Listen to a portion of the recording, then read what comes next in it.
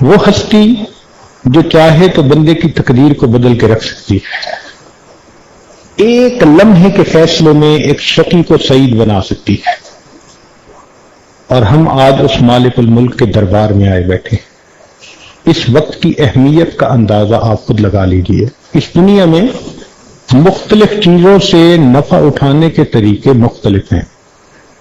ہوا سے نفع اٹھانے کے طریقے اور ہیں، پانی سے نفع اٹھانے کے طریقے اور ہیں، آگ سے نفع اٹھانے کے طریقے اور ہیں، مٹی سے نفع اٹھانے کے طریقے اور ہیں۔ دل میں سوال پیدا ہوتا ہے کہ یہ تو سب چیزیں مخلوق ہوئی ہیں، اس مخلوق کو پیدا کرنے والا جو پروردگار ہے، اس پروردگار سے نفع اٹھانے کا طریقہ کیا ہے؟ اس کو سمجھانے کے لیے انبیاء تشریف لائے، اور انہوں نے آ کے یہی بات سمجھائی کہ لوگوں، تم اپنی زندگی کو میرے طریقے پر اپنا لو، تم اللہ کی ذات سے سب سے زیادہ فائدہ اٹھانے والے بندے بن جاؤ۔ چنانچہ نبی علیہ السلام نے یہ بات بتلائی کہ جو شخص اللہ رب العزت سے مانگنا چاہے، اس طریقے کا نام دعا ہے۔ ہم جب اللہ سے مانگتے ہیں نا، یوں سمجھیں کہ اللہ کے دربار میں اپلیکیشن فارورڈ کرنے کے طریقے کو دعا کہتے ہیں، اور نبی علیہ السلام نے کھول کھول کے یہ طریقہ بتایا تاکہ اپلیکیشن بھرنے میں کوئی کوتاہی نہ ہو، کوئی کمی نہ رہ جائے، بندہ یہ نہ بعد میں کہے کہ یہ مجھے تو کسی نے سمجھایا نہیں تھا۔ چنانچہ آج کی رات اسی دعا کی بات ہوگی۔ نبی علیہ السلام نے ارشاد فرمایا، الدعاء مخ العبادہ، دعا عبادت کا نچوڑ مغز ہے۔ ایک جگہ فرمایا الدعاء هو العبادہ، دعا عبادت ہے۔ دعا میں اور باقی اعمال میں ایک بنیادی فرق سمجھیں، اور وہ بڑا عجیب ہے کہ باقی دین کے اعمال اگر دنیا کی نیت سے ہوں تو وہ عملی نہیں ہوتے۔ مثال کے طور پر ایک لڑکی کو سمارٹ ہونے کا شوق ہے، وہ سارا دن کچھ نہیں کھاتی پیتی، اس کو روزے کا ثواب نہیں ملے گا، اس لیے کہ اس کی نیت روزے کی تھی ہی نہیں۔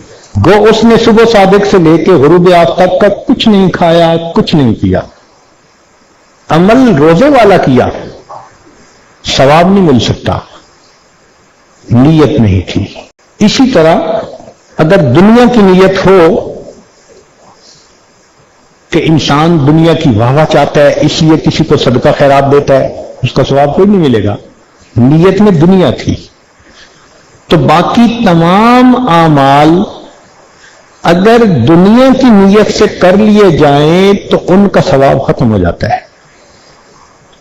اللہ کی شان دیکھو، یہ دعا ایک ایسا عمل ہے کہ بندہ خالص اپنی دنیا کے لیے اللہ سے دعا مانگے، یہ دعا پھر بھی عبادت ہوتی ہے۔ خالص دنیا کے لیے مانگے، اللہ مجھے دنیا کا یہ چاہیے، یہ پھر بھی عبادت ہے۔ اللہ اکبر کبھی۔ حضرت علی رضی اللہ تعالیٰ عنہ کی روایت ہے، فرمایا من فتحت لہ ابواب الدعاء فتحت لہ ابواب الرحمہ، جس شخص کے لیے دعا کے دروازے کھل گئے، اس شخص کے لیے اللہ کی رحمت کے دروازے کھل گئے۔ اور ایک جگہ فرمایا فتحت لہ ابواب الجنہ، اس کے لیے جنت کے دروازے کھل گئے۔ چنانچہ ترمذی شریف کی روایت ہے، ان ثوبان رضی اللہ تعالی عنہ قال قال رسول اللہ صلی اللہ علیہ وسلم لا يرد القدر الا الدعاء،